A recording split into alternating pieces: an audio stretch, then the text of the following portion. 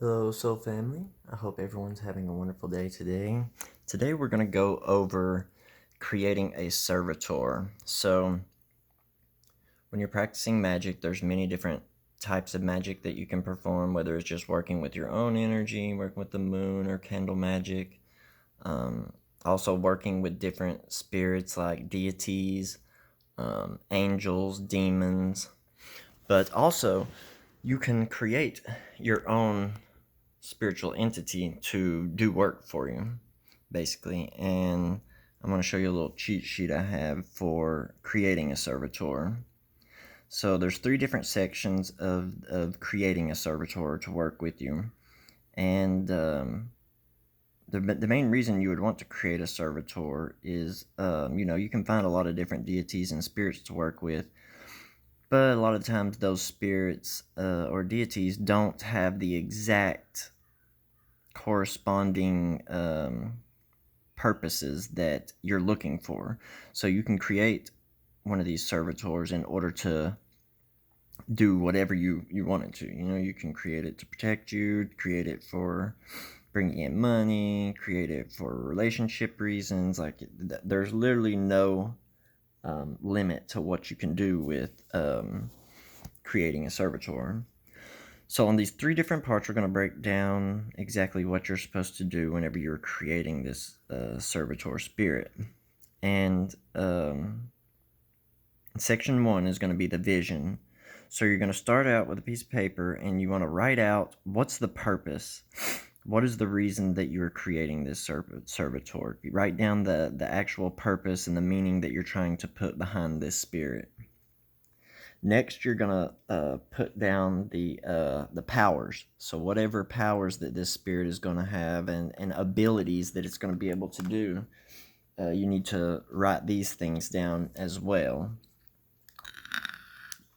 Next, you're gonna figure out the timing of action. So is this spirit going to be working 24/7 all the time, like something for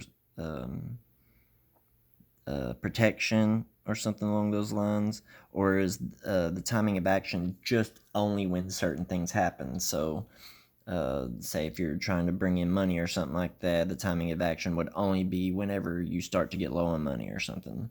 But you just need to come up with the timing of action, whether or not the spirit is constantly working or whether it's going to activate and start working during a certain time. Next, you're going to give it an appearance, because when you're working with these spirits, you need to have some sort of visual aspects of it within your mind so that you can bring the spirit forth into manifestation. So whatever, a lot of the goetic demons and stuff like that will be like, the head of a man and a frog and something else, or it's a man riding a horse with a sword, you know what I'm saying? So create an appearance. What does it look like? Next, you want to come up with the name of the spirit and give the spirit a name, and then also give it a call. So, with angels and demons and stuff, there are certain invocations that you can use, like the demonic ends, where you chant them over and over to get you into the state of consciousness to where you can communicate with the subconscious mind and can communicate with these spirits. Next, you're going to do sustenance. So what is this spirit going to feed off of? Because you have to be feeding energy into these spirits in order for them to continue to work. So is the sustenance, is it going to live off the sunlight, or is it going to live off of offerings of food or offerings of blood, or what exactly is the sustenance that you're going to be feeding it? Is it just attention? Is it burning a candle for it? What will it be surviving on? Basically, that's what the sustenance is. Then you want to give it a location. So, a lot of people will give it a location inside of certain items or something that they will keep on their altar, or statues or something like that. So you want to give it a location. One of my favorite things to do is give it a location within the body, within your body, so that if that item gets broken or lost or something like that, you're not losing the energy that you put into this spirit. It's actually located somewhere inside your body. Next, you're going to create the fatal flaw. So this is something that, in case by any chance the spirit starts to get out of control and starts to do things you don't want it to do, you need to have a fatal flaw or some sort of ritual thing that you do in order to make it die, basically, or get rid of it. The fatal flaw, I usually do the chant or the name in reverse and then chant it that way.